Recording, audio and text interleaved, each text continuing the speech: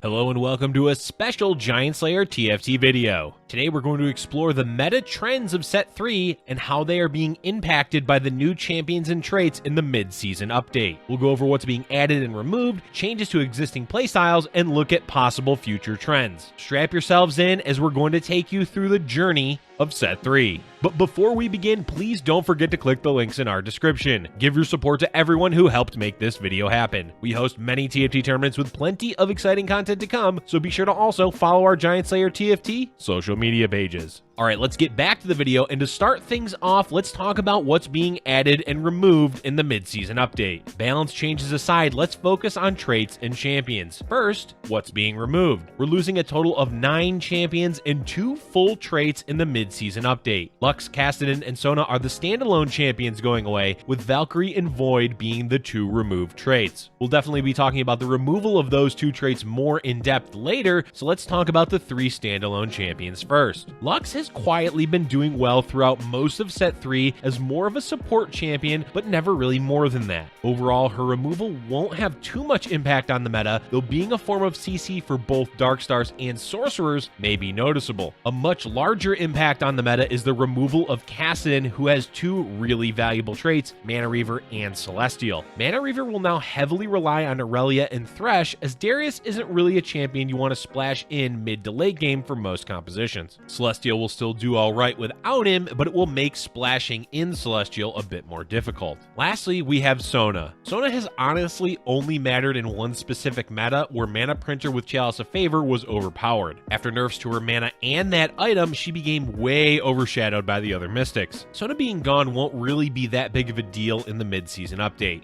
Those are the standalone champions being removed, but the champions from Void and Valkyrie will be going more in-depth on in the next section, as they have big impacts on the meta. As for the new champions, we've got 14 incoming, which are Illaoi, Nocturne, Kog'Maw, Zed, Nautilus, Bard, Vayne, Cassiopeia, Gnar, Teemo, Riven, Victor, Urgot, and Janna. Alongside those champions, we have 3 new traits: Battlecast, Astro, and Paragon. Overall, we're going from 52 champions in the pool to a whopping 57. There will be a whole bunch of system and balance changes coming with 10-12 as well, but we'll save those for the patch preview video. Next, let's move on and talk about what current meta trends are being removed going into the mid-season update. Well, one of the biggest changes is the removal of Kayle and Valkyrie. Kayle has been by far one of the most meta-defining champions of Set 3, as she's been a hard carry going all the way back to the early patches for the set. She's definitely been more prominent in the latter half of Set 3, but she's overall had a big impact on each and every single meta. One of Kayle's most iconic builds was Chrono Kayle, and in recent metas, she was placed in as a flexible 4-cost carry. With Kayle gone, there's going to be big shoes to fill, especially in regards to Blade Masters. Xayah will now be the only range Blade Master, but she's not really a late game carry in the same way that Kayle was. Riven is the new Blade Master, essentially replacing Kayle, but she's melee and is more of an ability-focused champion, not so much auto attacks. With Kayle gone, this has fundamentally changed the value of Blade Master, as it's heavily focused on Kayle thus far. We'll have to see how the meta develops in regards to Blade Master moving forward, as losing a key late-game carry will hurt the trait a lot. Miss Fortune is another champion that you've often seen paired with Kayle due to Valkyrie. Outside of that pairing, she was a great asset to your late-game board because of her insanely strong AoE damage. Without her, there's certainly going to be a hole to fill for AoE damage, but there's a few champions incoming that may take up that mantle. Victor is the new sorcerer with AoE being added, which may be a soft replacement for Miss Fortune. Riven is also coming in with alright AoE damage that may fill in the late game role as well. Miss Fortune has been a staple of the meta, and her removal will certainly be noticed, as she's been part of every Kayle composition, Brawler Blaster, and even Rebels. For the last Valkyrie, we've got Kai'Sa. Kai'Sa has primarily been seen as the carry and Mech Infiltrator and not really used much else. But consider this, Mech Infiltrator has legitimately been a viable build since the beginning of Set 3. This build has been such a defining aspect of Set 3 that removing a key component of it with Kai'Sa is going to shake things up a lot. Nocturne and Zed are coming in as the 2 new Infiltrators, and at the moment, neither of them seem to fill the same role that Kai'Sa had. Kai'Sa did a ton of AoE damage and was one of the best, if not the best champion to turn into a Demolitionist. With both the Demolitionist Charge and Kaisa being removed, it's going to be hard for Mech Infiltrator to remain a viable strategy. And lastly, we've got the removal of Void, which includes Kha'Zix, Vel'Koz, and Cho'Gath.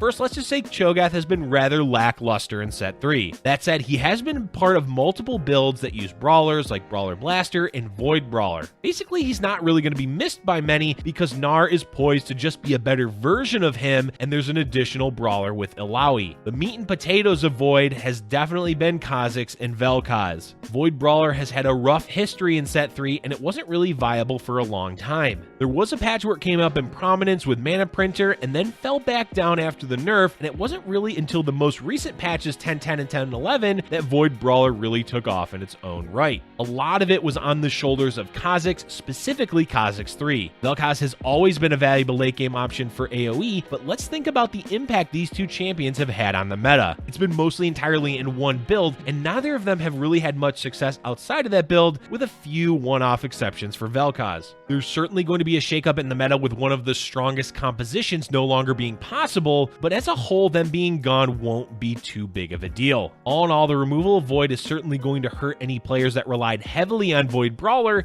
but for everyone else, there's not really going to be that much to miss. Now, let's shift gears and talk about what the meta is going to look like for reroll compositions. Reroll as a whole has really defined Set 3 more so than almost any other playstyle. Whether it's been slow rolling or hyper rolling, this style of play has been a key aspect of every patch. As we're moving into the mid-season update, how will this style of play be affected? Well, with additional champions being added, it overall lowers your chances of hitting specific units in your shop when you roll. This fundamentally changes the viability of rerolling because having a lower chance of hitting specific champions makes the variance of those compositions much higher. Now, there are of course ways to balance that with drop chances or increasing the amount of each champion, so it's possible reroll builds will remain viable. But having more champions will definitely be a big factor in how the meta develops moving forward. Let's also take a look at a few reroll builds throughout Set 3. Of course, we've already talked about a couple of them with Void Brawler and Mech Infiltrator, so let's give the spotlight to a few others. First is the amount of reroll builds that have used Sorcerer as the base. For roughly the first half of Set 3, there was a slow roll build, Star Guardian Sorcerer, which fell in and out of favor multiple times. But it was one of the defining Sorcerer-focused builds early on in Set 3. Second is the Hyper Roll build that came up in the later parts of Set 3, which is Candyland in all of its variations. This primarily used one-cost champions and then moved into multiple Sorcerers. Variants of it used Vanguard or Mystic and Mana Printer when that style was viable, but overall the main focus of it was one-cost champions and sorcerers. So how will sorcerers look moving forward, especially if rerolling is not as viable as it once was? Well, Victor is the new 4-cost sorcerer who looks like he'll be more of a viable option than, say, Vel'Koz was. Vel'Koz relied heavily on Void to do well, whereas Victor is an overall more balanced champion. Star Guardian is getting a late-game legendary champion with Janna. This may help Star Guardian pull away from its reliance on sorcerer, but if these two traits remain together, having more late-game presence with Victor and Janna may help sorcerers break away from the necessity of rerolling. Another hyper roll focused build has been Shredder with Xayah as the main carry. In 10.11, this build definitely fell off a bit as it has received a fair amount of nerfs, but it was still a viable option if you did choose to play it. Again, any reroll build may be affected by the increased number of champions, but overall this composition didn't receive too many changes. The most notable is the removal of Kassadin, but there are plenty of Celestials to take his place, so it's not too big of a deal. And lastly, we have another hyper roll build that had a few moments in the sun for Set 3, and that's Ziggs hyper roll. Ziggs was the main focus as you wanted to 3-star him with double Seraphs. In previous iterations of the build, it was all about Mana Printer with Sona, but that quickly got nerfed. Moving forward into 10.12, this build is, well, probably dead. The reason being is the removal of Seraphs, and the replacement item, Blue Buff, is not stackable as it's considered a unique item. This kills off the build entirely as the main reason for Ziggs doing well was spamming his ultimate with Seraphs. So wave goodbye to Ziggs reroll. So where does that leave reroll compositions in the mid-season update? If it remains a viable playstyle, there will be a new era of the reroll build, as many of the existing and pre-existing compositions will no longer be a thing moving forward. Alright folks, let's talk about the future now and take a look at possible meta trends that we may see going into 10.12 and beyond. Let's go over a few previous meta builds that will remain popular or rise again. First, we have Rebels, and with that, Gangplank. Rebels has been a composition that's fallen in and out of viability throughout set 3. Early on, they were one of the strongest, if not the strongest possible builds. After that, it fell pretty hard and had a few moments of resurgence with Slash Bros and Mana Printer Sona, but it wasn't until recent patches that they became viable again. Looking forward, they do lose Sona, making it harder to splash in Mystic, but Zed does help make positioning them a little bit more flexible. Overall, this trait relied more on champions like Gangplank and Misfortune.